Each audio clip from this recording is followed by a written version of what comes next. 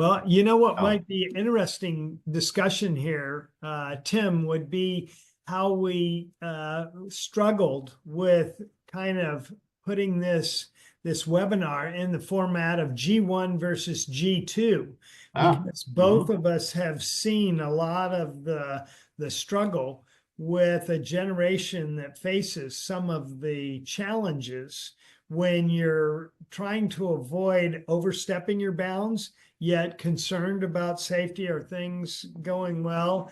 And we decided for those that are already tuned in, and we're stalling a bit to allow, because we have about half of the people on right now, but we'll wait another couple of minutes. But we really struggled with deciding whether we were going to gear this towards G1, which are those people making the decisions going into a nursing home and or a retirement community. Forgive me, mhm, nursing yeah, home, that's old language. But the and G2, which is trying to help parents make that decision.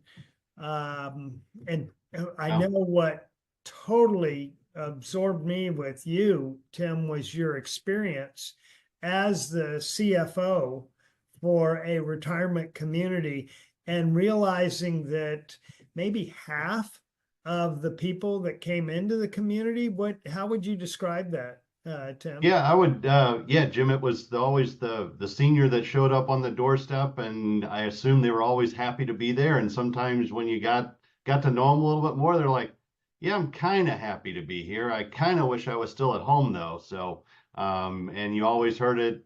Sometimes they blame it on their kids a little bit and say, "Well, they did Because this." they're not happy to be there? Some are more reluctant than others, so it just kind of depends. But And sometimes for the normally right they ones, warm they're up. ready to be there. They're anxious to be there. They've made a good decision, and we want to talk a bit about that today. So I'm very excited. My name's Jim Matush, Trinity Wealth Advisors, been in the business some 40 years and love helping people within the wealth management arena kind of coordinate their picture around the purpose that they have in life. What is the reason they have saved and set aside money? Fascinating to us, the personalities that come along with that. And we find most people are family stewards. Their family is the most important thing. So that will be directly appropriate for today's conversation. But there's also independence. There are people that want to be just independent. There's the Hmm. business owner control situation, and always looking at the what's next. So we specialize in helping people face the transitions in life. Tim, why don't you introduce yourself for our viewers? Sure. Thanks so much for everybody that's joining. Appreciate you coming out and listening, and hopefully we give you a couple takeaways and nuggets for today. But my name's Tim Vosse. I've spent about over 20 years in the senior living industry in the St. Louis metro area, and spent the last 2.5 years starting my own company called My Circle, and we are an agent in place life at home advisor. So we are here to help and assist and advise seniors and the adult children. As Jim was mentioning, if you were on earlier, if you're G1 or G2, we're here to help you because it's a journey we're all on together, and sometimes it gets pretty stressful along the way. And like Trinity Wealth, we want to make sure that the family and the relationship stays front and center and gets taken care of, and that's what we're here to help do. Um, so can we just give them the few housekeeping tips, Yeah. Jim, so Oh, thank they know you. to. Thank you, Tim. If you have a question or a chat, first off, if you are looking for aging decisions, tough choices, how to retain control in your future, how to create a better picture for yourself, you're in the right place. If you are not looking for that, then we'll see you next time. No. So if you have a question, feel free to hit one of the tabs below at the bottom. You'll see a raise hand, you'll see a chat. So that notifies us that there is a question. We'll bring it in if it's a right fit for that time period, or we'll wait till the end. We're going to talk for about 45 minutes, share some of the experience we've had. And what else have I forgotten, Tim? I think that's all. That's That's it. Okay, get great. a rolling. We've got a full room, so that's good. We have a full house here. This is very gratifying. So thank you for tuning in. And let me tell you how I first came across this need as something beyond our control. About 3 years ago, I had a client in his 90s, very wealthy, could afford to do whatever they wanted. So we never thought about looking forward at a plan like what Tim offers. But he was in his car loading some plants from one vehicle to deliver and tripped, broke his pelvis. And it was kind of a downhill struggle from there with hospital journeys and so forth. He and his wife both wanted to stay in their home, had always committed to that. They could afford it. Little did we know what that would end up meaning over time, but the struggle with health care providers, getting the house was an alarming thing to me, and it has been quite a struggle. He died last year in August, and his wife has survived him well. But that whole journey woke me up, Tim, to the fact of how little I know about what you call aging in place, or these aging decisions and tough choices that are best made ahead of time. So share with people kind of your experience and frustration in the same field, being the CFO of one of the major local retirement community providers. Yeah, thanks, Jim. And yeah, like you said, that story isn't unfamiliar. You do everything you can. The person's in their 90s and doing something like you said, just totally a normal activity they're doing, and then the spiral begins. And if you haven't planned for it, you'll hear that word probably a lot in the next 45 minutes. If there was no plan, things can unravel and go crazy pretty quickly.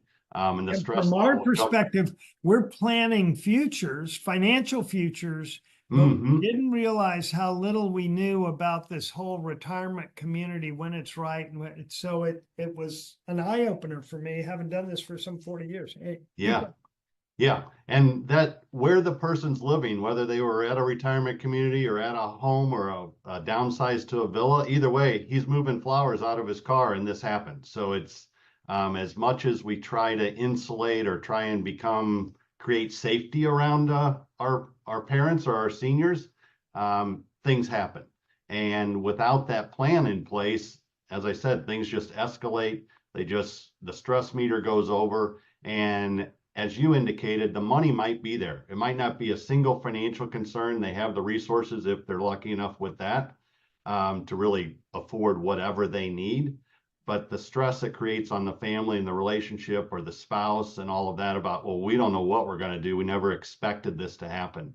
That I guess, fortunately or unfortunately, from being in the senior living industry for 20 years, we know things are going to happen. So, and it's sometimes difficult to talk about, but sometimes there just needs to be that bridge or that opening of the conversation, and then people are willing to talk about it. Talk about that difference. How does the conversation go or get handled when you're dealing with G1 versus G2, the parents, the ones going into the home, or the kids of the parents? Yeah, both of those generations, I'm glad we did the webinar this way, talking about both, because either it's interesting, neither of them want to talk about it. Sometimes you have that, well, mom doesn't want to talk about that, we'll just deal with it later, or the kids don't want to talk about it with mom because it's uncomfortable. And a lot of times their wealth advisor could be that neutral party that talks to them and says, okay, well, let's just put a couple things out on the table. And we like to say and talk about scenarios, real life scenarios. Like you probably wouldn't have picked up, hey, if I'm loading flowers and if I fall, what's going to happen? But any of those scenarios are real and they come about. And just bringing up scenarios make it a little bit more easy to talk about some of those things that people don't like to bring up. You don't want it to be a business meeting agenda where it's like, okay, mom, we got to figure all these things out, and it's impersonal. You want to keep it relational. with them. Well, let me get you to give some specifics. I know for me, and the situation that I incurred was the person in an accident then is mentally altered by the hospital trips and the dealing with broken pelvis, and a daughter of his wife flew into town, was the savior for helping making decisions, taking control, jumping in, although quickly began to struggle with, wait a second, I'm making decisions. So that was one of the challenges that they faced right off. First, being very appreciative for being there, having family close. Mm-hmm. And secondly, then kind of feeling like there was perhaps a little overstepping of bounds, and that classic struggle of either care on the G2's part about being safe, or independence. I'm making my own choices here. Yeah.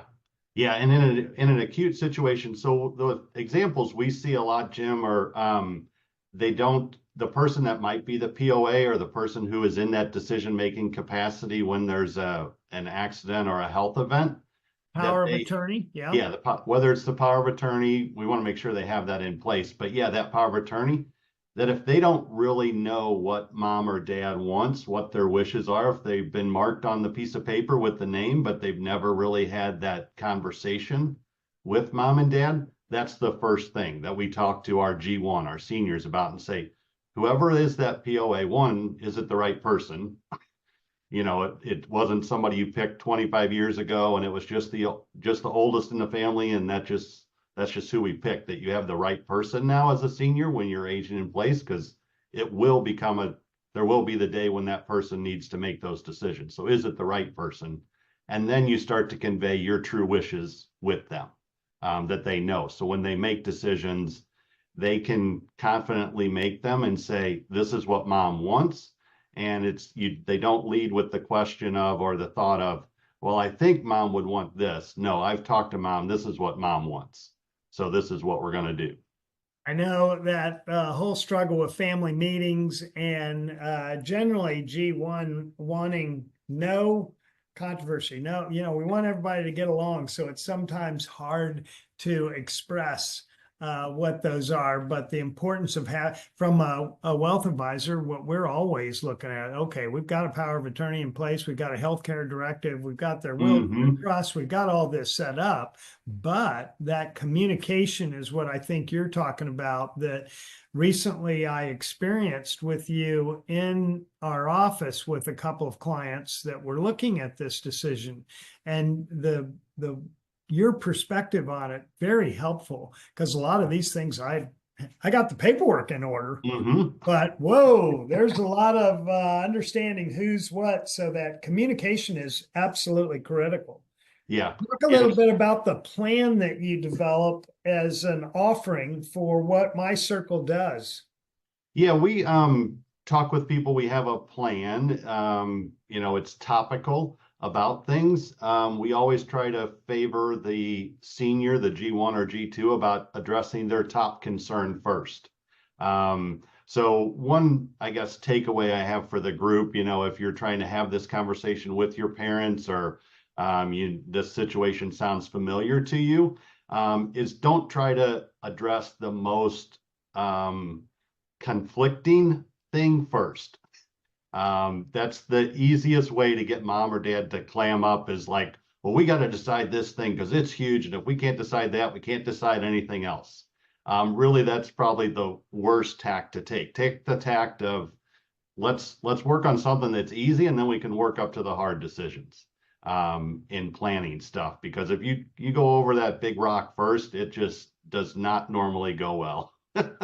Big point. That was one of the struggles that we had with that situation that kind of woke me up to this need. And all of this is centered around, we should have planned. And I think I'm the ultimate planner. So also get into whether this community retirement program or that one is better? That's a big struggle. And that's where I find most people are making their decision. And we don't feel qualified in that area because they're always changing and there's so many of them Hmm. popping up all over the place. How do Yeah, you help it's people there as part of their plan?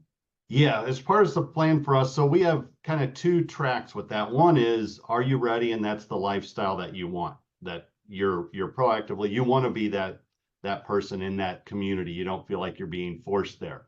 Once we kind of get that hurdle met, or not hurdle, that's the senior's wishes, and it's not the adult child, as I said in my experience, that they're like, well, mom, it's getting too hard, so mom's got to move. We can't handle this. So let's get through that. But the consumer and those products that are out there, while they're similar, there are some distinct differences among all the communities in the St. Louis metro area. Most of the people we have on today I think, are St. Louis metro area folks. So, but the consumer, they're not all apples to apples. And really, that's where our advice and our expertise of being in the industry for so many years knows the differences among those different products. It's and as a consumer, it's not like you're buying this is the third or fourth purchase you're going to make. Normally, you make one purchase. So there's a lot of research and knowledge that you need to make that purchase the right decision. And I hear people talk about, is the food good? Is the service good? Is the location good? My existing friends and all of that. That's just a whole lot to put into the picture. How does your plan address that? And isn't everybody different? And aren't there so many options? How do you face that? Yeah, there are. So what we try to do, Jim, and like you do with your families, I could tell just from, the two clients that we met with, you take that very holistic approach and what do they want? Like, what are they trying to get out of this move or this age, this decision they're making? Because some people, it's all about the numbers. It's about the finances. It's about, well, I want to go to the place that doesn't cost as much. I want the cheapest one that's out there because that's just what I want, and not knowing the differences in the pricing and the structures that each of them offer and the services that are in there. So one term that a lot of people on the webinar might know is what level of care they provide, independent living, assisted living, or skilled nursing. And not all communities have all three. Some might have one, some might have two. And the general consumer doesn't know what those really are. And a lot of times, them just going in, we like to say, we want you to go in eyes wide open and know what this community has or doesn't have. And if X might happen, we'll address that. But you might not have everything that you possibly need until your last day at community X or Y, but community A or B may have those offerings. So considering the full picture till the very end is what we And try I to do know in our some plan. people are like not ready now. They Mhm. just want their plan. You did that very well with one of the people we met with. There's waiting lists. There's 2 years to get here, and there's a decrease. So there's kind of this, but the advantage being that having an idea clearly figured out before you get there, before you have to make that decision. Yeah. Yeah. We like to call it, am I shopping or am I buying? And the seniors are our G1 that is like, yeah, I think I eventually wouldn't mind doing that. What does it look like? And if they're shopping, it doesn't hurt to get on a wait list because the great communities in the St. Louis metro area are hard to get in. There are some long wait lists, especially if you want larger units and things of that nature and all that. So that's why when we're working with a family or that senior directly, it's like, what's your trajectory? What does it look like? And is that a year out? Is it 2 years out? Is it 5 years out? But is it even on the radar? Like my parents, they live in Sarasota. My mom would love to go to a community. My dad never going to a community. So it's like, okay, yeah, and we have that with couples. We see that they're not both on the same page. They're like, well, if you go first, I'm going over to the community ABC because I don't want to be in this house by myself. And so it's interesting to hear them open up sometimes to neutral party and not be the adult child who's like, well, here's what I think you should do, when they truly just voice their own opinions. So the main point here, folks, is to avoid the crisis, avoid getting into this point where you have to make a decision because we've all seen it, a stroke, an accident, a health decline, death of a spouse, something like that. Avoid the crisis, create the plan, and that makes sense totally. I don't know why I didn't think of this or realize this. Then you started segueing into the difference between spouses and sometimes the difference between siblings. Mm-hmm. So, and some live here and around mom and dad, and some aren't. Some are stronger opinions, and again, the typical attitude of the person going into the retirement community is, "Hey, I'm independent. I'm making my decision." Mm-hmm. How do you deal with all of that? Yeah, I think the first thing is, and I'll reiterate again, just that the senior has the right person on their documents, that it's not just, well, it's not just the oldest child or something like that, that truly they've thought about it. And like, this person's going to make life or death decisions for me, and I have the right person. And that difference between healthcare and financial, that sometimes is always two different siblings sometimes. That's okay. It doesn't have to be the same person. But just talking with the senior, and again, it's a heavy decision to make, but once they've made that and who it is. The other thing then we see, Jim, is that, or that we like to, is that POA does talk to the senior, that they talk to mom and dad. You know, it's kind of like your responsibility. If your name got put on the form and you're the one going to make the decisions, you need to get some information from mom and dad, and not just you didn't just fill a spot on the roster. I know in the situation that we were addressing, it was wonderful that this family member flew into town. Now that they hadn't been around for about 10 years in their picture. And so there was a little bit of a wonderful, particularly appreciated, like, take charge attitude at first. But then that personality was just hard to stick with, or a little bit more than what was wanted, Mm-hmm. particularly as they began to heal Yeah. and turned into longer term. Yeah, and that's the senior, that POA is when the senior's incapacitated. I mean, otherwise, if the senior's still cognitive and can do whatever they need to do, they make their decisions. Just because you have the POA doesn't give you the power to like jump over them and say, no, here's what we're going to do. So that's one thing, that you try to get that senior back and making the decision, or that G1 making the decisions as soon as possible. The other thing you mentioned earlier, Jim, and a lot of people have brought up, that they're like, well, there's 5 kids, which one gets to make the shot? Who makes the call? And when it does come down to it, well, it's whoever's on the POA. I mean, that is who has the power, but that person also needs to be the one in the family to say, I've got all the information and I've talked to mom and dad or whatever. And what we've found is, in our experiences with families, is if that person withholds information or tries to play the power card and be like, well, I got the POA, so you don't need to know what's going to happen, doesn't end well. Normally, if you can communicate expectations, and here's what mom's told me, or that, most all the family dynamics, that sometimes all the rumblings behind, dissipate quite a bit. And like you said, there was the family that, well, this person's making the decisions, but I want to be involved, or I don't want to be involved, because you have people on both sides of the fence. They don't want anything. They're just like, call me if you need me, otherwise you got it. We see all of those variations.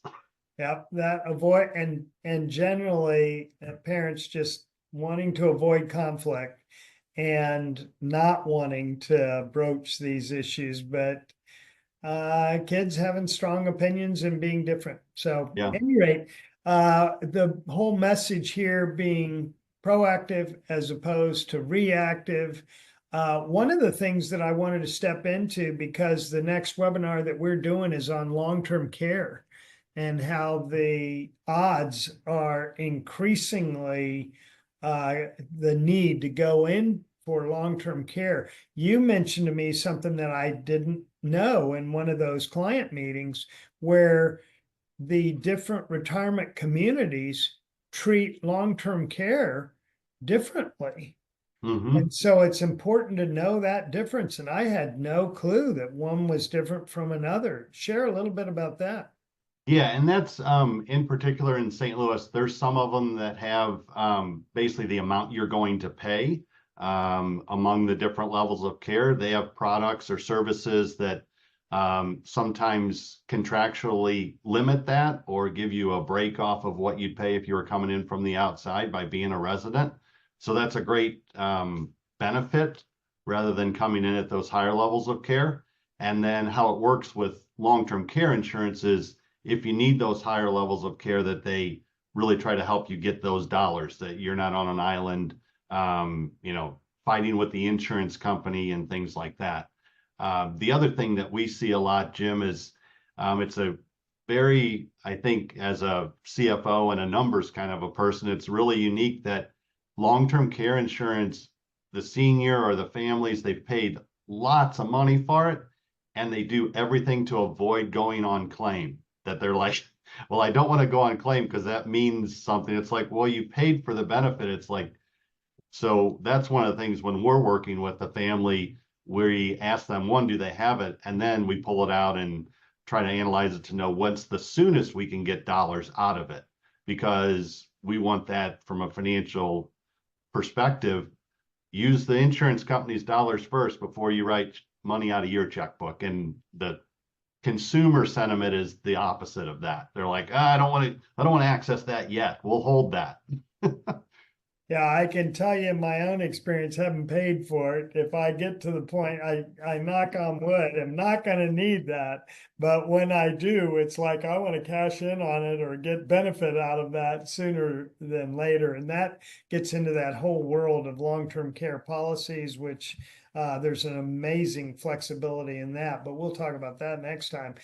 Coming back to this, communication being critical, clarity, choices, uh, even dealing with spousal differences. I think the thing I experienced most with you was that ability of having that objective third party. The way you were able to talk with a couple is far more powerful than having the couple face off, because they have their differences. When one may be wanting to stay in the home and one may be ready to move on to something that has a little less headache associated with it. Hmm. Anything, dive into that a little bit with how, because you saw people, that's what really intrigued me about you. You saw, what number did you say, was it about half of the people didn't really want to be there? And half really loved it. It was the right thing for it. And your desire being, well, I want to make it so that everybody's right where they want to be. And that's why you work with people that are just as committed to staying in home, aging Yeah. in place, we say, to those that are wanting to move into that retirement community. Yeah, yeah, and it's exactly that, Jim. The passion or culture of my circle and me personally is that they're where they want to be. We worked with a fabulous couple, one of our first couples we worked with, and he had a memory issue and she had a lot of health conditions, but fully cognitively intact and everything was great. She could do everything. She just had a lot of health conditions, while he had memory care issues, and they wanted to stay in their home and they had everything on the main level. They could have stayed there forever. And she was like, okay, this is good. I want to do this until he gets a little worse. And then they decided to move to assisted living together, even though she didn't need it. They wanted to be together. So, and I told her, I said, you're going to be the smartest person in the building. You know that, right? You're going there for your husband, but she's like, it's so important that we stay together that they made that move, and we're fully supportive of that. Again, we're not coming in with a prescription saying you should do X or Y. Um, but her knowing all the options that were ahead of her and what their journey was going to look like, that was just a huge peace of mind for her, that if she passes first, she knows where he's going to be for the rest of his life. So, which was just enormous. Yeah, such a healthy perspective to have, because I know as couples that we are dealing with go out and visit these different retirement communities, which seems natural, seems normal. Okay, I'm going to, they're walking into, some are better at selling it than others. Mm-hmm. And you only find out after you're there that it's kind of not like what we thought, or not quite what we were expecting. So that's why I've appreciated your perspective, having been there, having been on that side of the line, knowing that and wanting consciously to make the choice not to. And I think you even said that was where my circle started, was wanting to have an impact on the community, even on people that weren't drawn to the particular retirement community. Yeah, aging in place is hard. I mean, in your home, I mean, it's hard. You just don't know. And the, I mean, we go through it once or twice as G2. You know, we take care of our parents once or twice if we're lucky enough to do that, and we learn a lot. And part of what my circle brings is that expertise and that knowledge that you don't need to know everything on day one. We do. We've been through this rodeo before, and that knowledge and expertise that we can help you make those decisions and what's around the corner is so helpful to them, I believe, and we make a big impact with that, and people appreciate it. Because again, you don't know as a consumer what it is until you're in the fire of it, and then you're just trying to put the fire out. So Tim, talk about the range of prices in St. Louis, if you will. You know the market from one end to the other. And I'm sure location and food and all that make a difference, but give people a little perspective of what this can cost, what it kind of looks like. yeah, the primary levels of care that if someone moves out of their home, they either move into an independent living apartment with no services. It's basically, you know, they have meals provided and things like that, but there's no health care services or things of that nature. And you pay monthly rent, and it's anywhere from 2,000 up to 5,000, depending on how big a unit is and the type of contract that you enter into. Some people, when they go to look at the retirement communities, many of them use an entrance fee model where I pay a significant lump sum and then pay a fixed rental amount.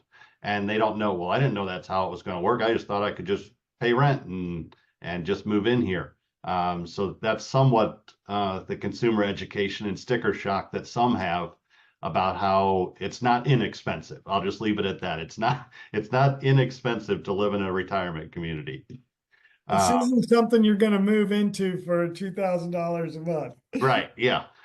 So that's step one, and then the And assisted living. And downstrokes can be easily, depending on what you're looking for. This isn't $100,000. Downstroke can be, what's the range yeah, there? I mean anywhere from, like you said, 100,000 up to Oh, so you 500. can get in for 100,000. You can. If it's a pretty small unit at some of the more mature facilities in town, you can probably get in for that, but there's not a lot of those around. So you really have to do your shopping if you're going to do that. But that's in that independent living. Again, there's no services.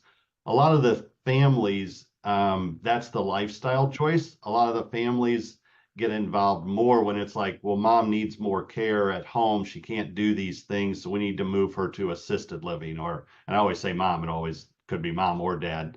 And that's when that general market price is anywhere from between 5 and 10,000 a month is for assisted living. And what a lot of the consumers or the public, the children don't know is that's all private pay, and there's no Medicaid benefit for it ever. So you have to be able to pay that monthly fee for moms until mom's last month on earth.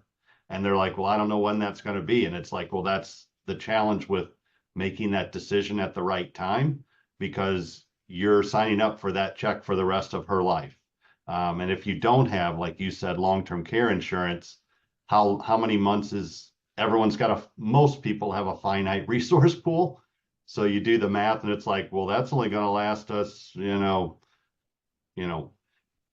29 months. It's like, well, then that's what you're predicting then. So you can do those types of equations. Proactive versus reactive, and another Yes. good point.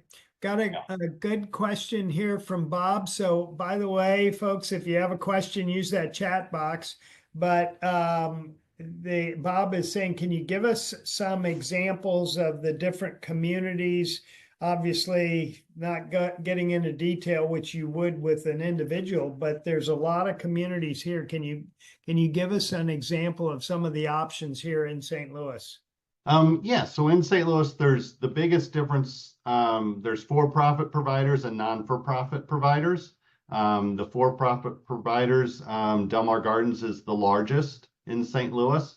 Non-for-profit, you have Friendship Village, Bethesda Health Group, Lutheran Senior Services, now called EverTrue. They just changed their name, who have all three of those providers have multiple locations. And like you mentioned earlier, Jim, a lot of people, they're like, well, I'm just going to go to the one that's closest to where mom or dad live right now. Or they pick the one closest to them because they want to be able to have convenience for visiting. And while that's a factor in the decision, that's sometimes it's just one data point. But there are more facilities coming up all the time. What isn't in St. Louis a lot is what's referred to as the active adult communities, where it's just independent living apartments and such. There's not a lot of them. Most of them do have either AL or independent living apartments. But those are probably the biggest ones. In Kirkwood, there's probably some people on the call. Like Kirkwood is home. You got Aberdeen Heights. It's a single site location. You have the Gatesworth. All of those communities each have their own flavor. Again, if you took your kids to private school and when they were trying to pick what private school they were going to look at, they all have their own different culture and little nuances. It's kind of like that with the retirement community as well. They all have their own flavor. And just because it's might be best for your friend, as Bob mentioned, it's like which communities. It's like, well, Joe's parents might love this community, but my parents would hate that community because there's culture in them. So, Right. Dave is asking a question here, a good one. He says, I get proactive means planning and reactive is crisis. He says, what is the appropriate time to begin planning to avoid the crisis? yeah, so agent in place planning starts whenever you can have a conversation. So it's opportunistic in some way. Obviously, anytime you can do it before a health event is better. Or if there's a diagnosis. You don't want to do it right after a diagnosis, but you talk about sometimes that kind of sets a timeline one way or another when someone gets a diagnosis. If you have an every 5 years approach kind of thing, like let's talk about it. And some things are easier to talk about than others in a family environment. If you sit down and we do a plan with someone, we cover everything in a single seating. But if you're doing it with your family, sometimes the conversations don't go that way. So you have to address the pieces as they are, or what sometimes we like to say what's off the map. Like we're not going to do that, or dad doesn't want this or doesn't want that. And that's how you can kind of ease into the proactive planning of it. Here's John asking a great question. Pricing cost, this plan. I know I was very impressed when I said, you get all this for that. And also talk about your toolbox a little bit, but first address pricing. How do you charge out the objectivity that you bring to the table, knowing all these options, being able to provide that source of knowledge and information is invaluable. What does it cost to put together that plan? Yeah, thanks for asking, Jim. And so our plan that we do with someone, it costs $1,000. which some people say, okay, that seems like a lot. But we cover 5 subjects: home, health, legal, financial, and lifestyle, and walk through those, and then issue a report or that plan and talk through the things that people have, and that's what we come up with. As far as the follow up or what needs to be done at that point with that, so we've done a meeting with the person, asked the questions, produced a report, and then we have a follow up meeting. So that's the planning component or planning service that we offer. If they need help then executing the plan, we have other options to do that. Or if, yeah, mom does need more help, I need some home care, or mom needs to get to the doctor's appointments and she's in a wheelchair now, we don't know how we're going to accomplish that, then we can get tactical and transactional with them on how to provide those solutions on a personalized basis with them. So I know one of the issues that we got into, which we were looking in this situation that I started at the top of the hour with, was we turned to an agency to provide help. They wanted to stay in their home. They were committed to that. And they were quickly told that they needed 2 people, one for him and one for her. And of course, the clients didn't like the loss of independence with 2 people underfoot and in their house all the time, man, 24-hour. Needless to say, or regardless of the cost was extensive, but they could afford it.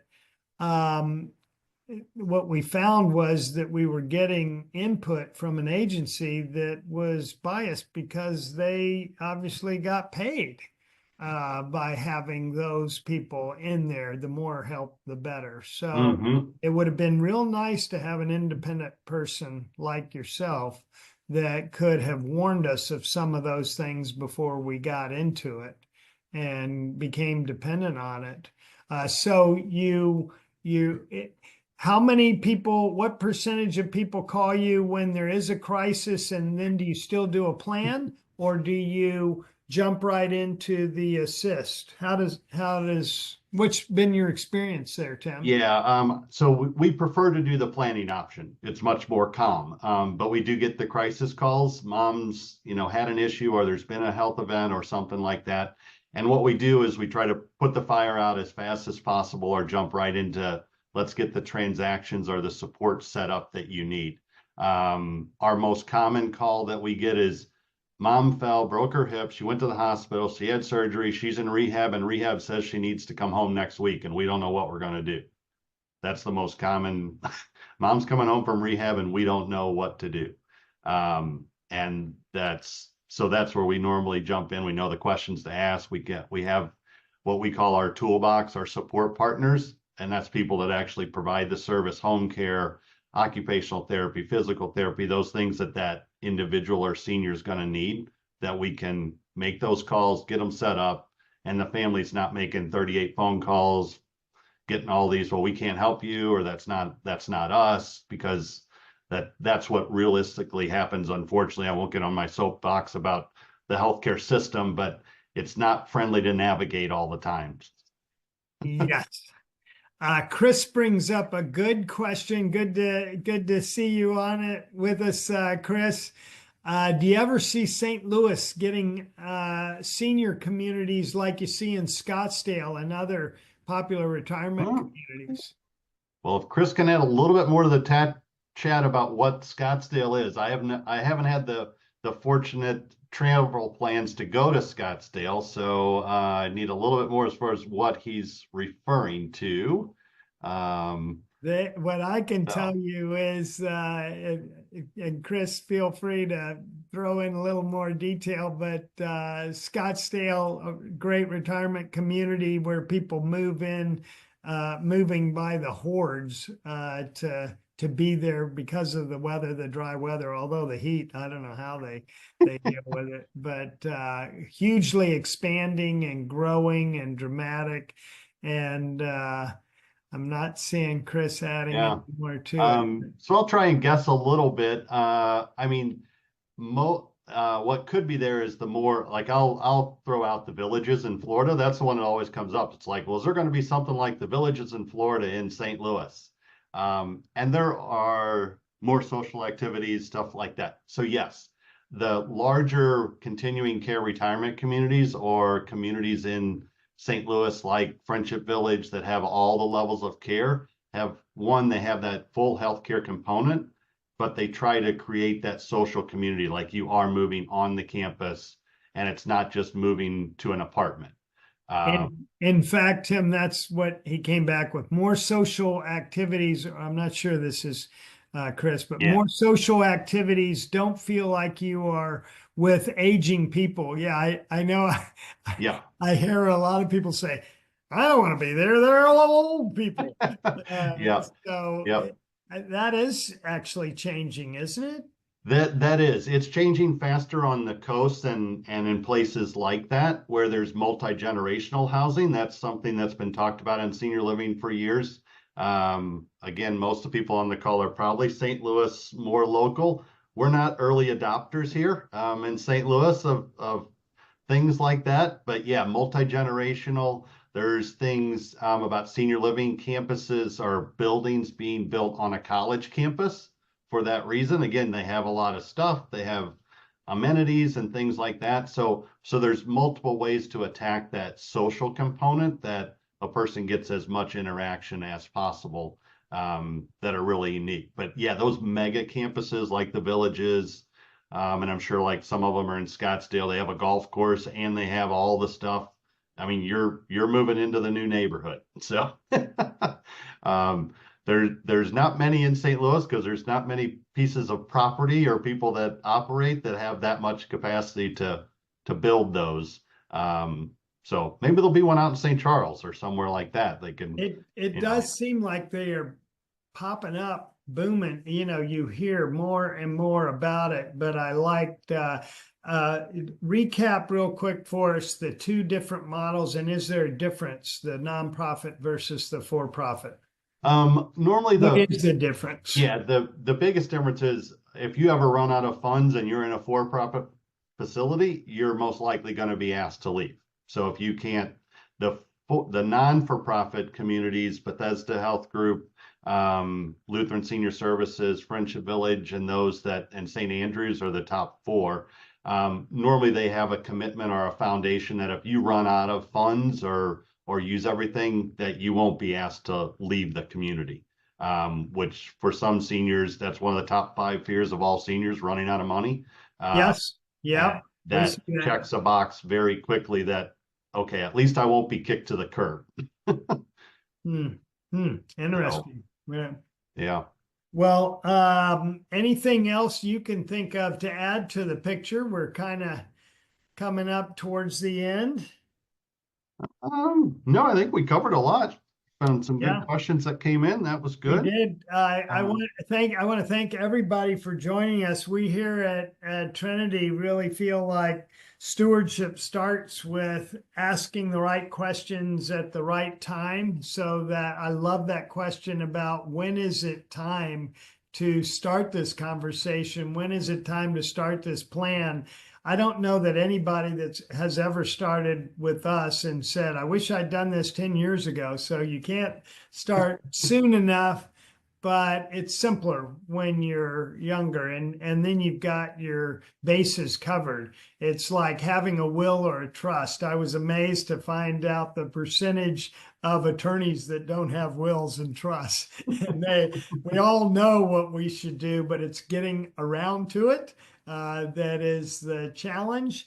And if you would like to discuss it further for yourself, please feel free to reach out to me or Tim.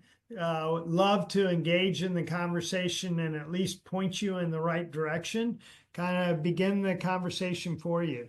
So with that, Tim, any other thoughts you have? no, I want to thank everybody for attending and yeah, take care of your cherished parents. You will be there soon sometime, so always put yourself in their shoes when you get a little short with them maybe and take a deep breath. So there And we'll be there not too.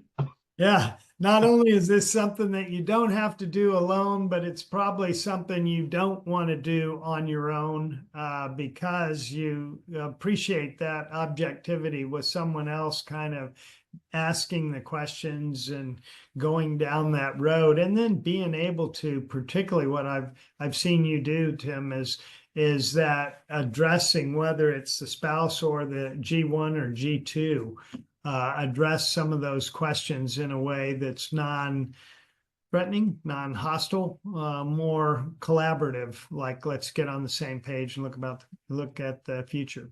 Yeah. So thank you all for joining us, Thank Tim. you, everyone. Thank you for coming on with us. I've really enjoyed getting to know you better and the time that you spent with our clients, and look forward to talking with you later. Thanks. I appreciate it. Thanks, everyone. Take care. All righty. Bye-bye. Bye.